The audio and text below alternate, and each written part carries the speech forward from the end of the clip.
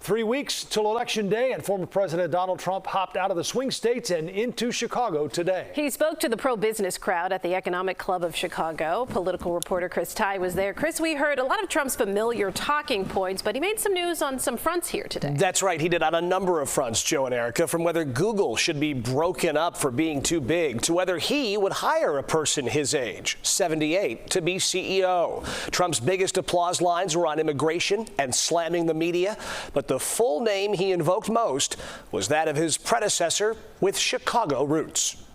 Barack Hussein Obama. Have you heard of him? Barack Hussein Obama. Barack Hussein Obama. The issue of Trump's age came up. Would he hire a 78-year-old CEO? Yeah, I would. Some of our great world leaders are in the 80s. Talk shifted to his relationship to Russian President Putin. The Kremlin confirmed Trump sent COVID tests to Putin during the height of the pandemic. Can you say yes or no whether you have talked to Vladimir Putin since you stopped being president? Well, I don't comment on that, but I will tell you that if I did, it's a smart thing. Also a smart thing, Trump says imposing ultra-high tariffs on companies not producing product here in the U.S. To me, the most beautiful word in the dictionary is tariff. And I was just getting started. Then COVID came, and we had because I tell you what, I did a very good job in COVID. Nobody knew what the hell it was. I call it the China virus. When asked if Google's parent company, Alphabet, should be broken up for being too large, Google's got a lot of power. They're very bad to me. I'm getting a lot of good stories lately, but you don't find them in Google. I think it's a whole rigged deal. I think Google's rigged just like our government is rigged all over the place. You would break them up, in other words? I'd do something. Trump said Pennsylvania is the most pivotal state this election. He said, but showed no evidence of passing two recent cognitive tests.